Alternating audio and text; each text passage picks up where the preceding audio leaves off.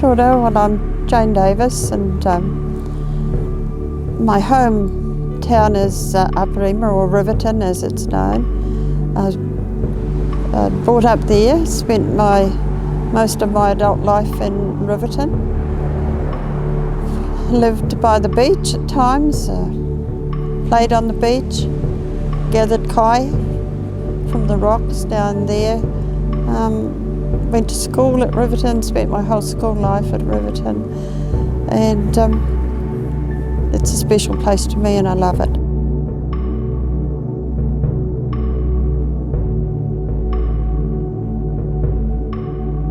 I was brought up a good deal of my life until I was 12 with my grandmother, and my grandmother was Jane Newton. She was a mokopuna of Wharetutu Newton, and she still had her native language. She'd been born in the 1860s and had lived her life here in Murihiku as well. And that was something, it was during that time, I was born in 1930, and going to school in 1936, I think it was when I started school, there was a whole different atmosphere for children who were part Māori. And it was a time of being really encouraged to, just as we encourage people now in education, well, my grandmother encouraged me to go to school and to learn all the Pākehā ways. I was not encouraged to learn the language, and as a result I think I've struggled with it most of my life. However, I grew up being sent to school in a Panama hat so that I wouldn't get sunburned, and I became a good little Pākehā girl, I think. I hope she's not disappointed in me. I never really was able to be that person. I've always had the Māori deep inside of me, and I've always followed that path. So I suppose that's what led me into becoming part of the Ngāi Tahu claim. I think it was after reading and learning about what had happened to us and knowing our history, and always within that as being brought up in a family that was Māori as well as European. We were like two parts. One part of us always went to the Mutton Bird Island, and my mother was an avid birder, so she followed that path and she made that place for us, and we're still on that same piece of land as where she made the place for us. So I think that's what made us stay with our Ngāi Tahu roots and our Rakiura roots. It's a different world now. My husband and I were both brought up in a very similar way. Both had a lot of influence from our grandmothers, and we're both brought up to go to the island each year, different islands, and then eventually the same island once we married. So we brought our children up differently. We brought them up with both sides of who we were. Perhaps more of an emphasis on our Māori side. But yeah, very proud of being Ngāi Tahu, always, and still am. I think we've achieved a lot, and we're both keen to see our children grow and be educated. Although we sent our oldest son to Te Aute, and I must say he hated it. He was always ringing or writing and wanting to come home and go back to the island. So he ended up coming home and not going back, and becoming a fisherman. And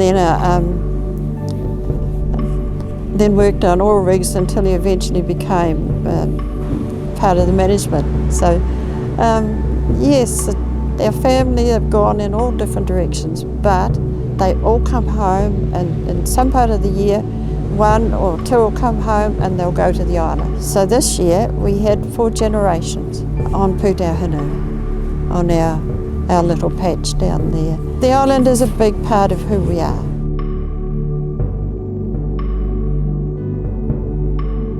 Aparima's always been a special place for us, and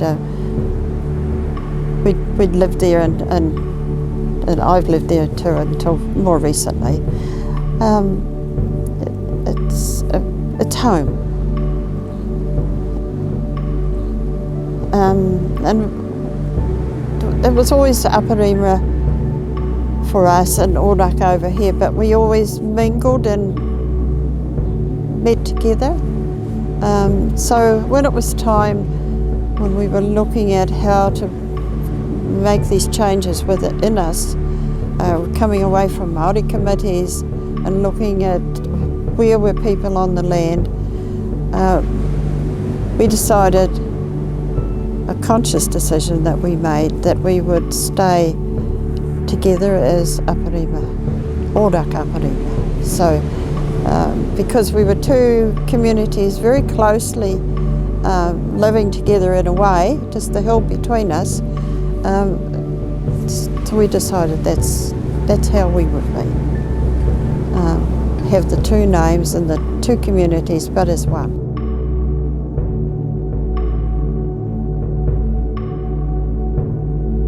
I think I'd like to leave for them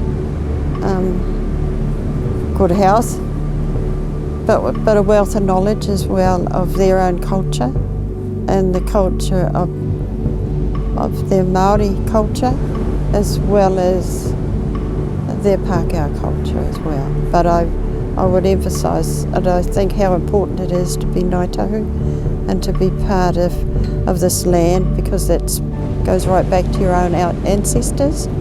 And we all have connections in other places in the world too, but this is where you're born and this is where you belong. That's how I feel about it.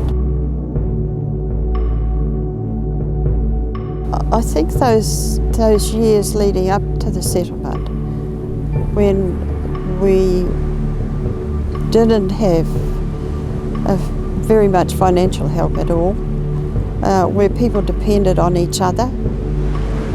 We depended on each other for support from one another, but also we shared a lot of stuff. When we travelled, we shared a bus, we shared a van.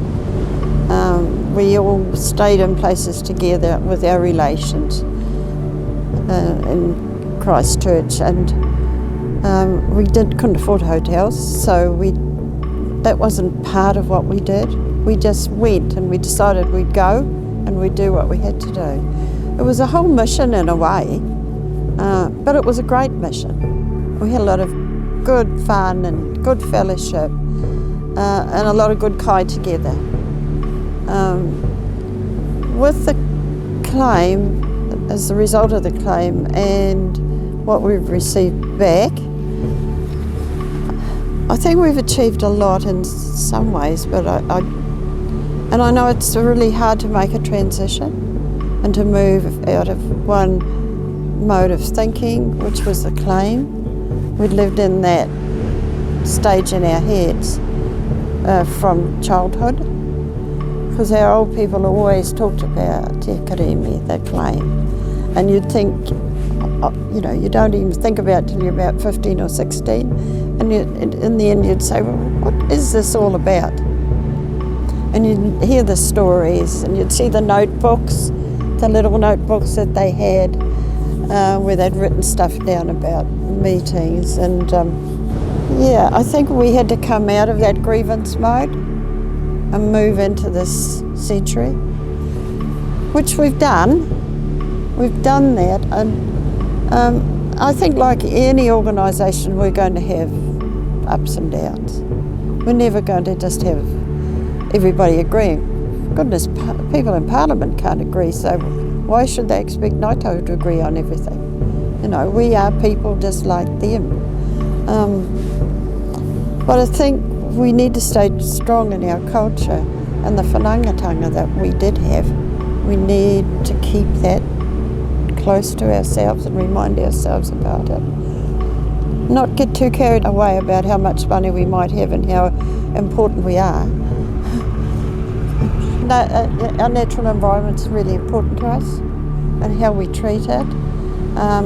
Just going back to our farms, I would like to think that we do it well. If we're going to be farmers, let's be good farmers. Let's treat our natural environment as our old people would have looked on it. That's our breadbasket. You know, the sea is the other part of our breadbasket. The islands are. And I say to people, we were in business long before our European ancestors came here. We were in the business of feeding our families. And that's what people are still doing, only they'll have millions in the bank to back it up.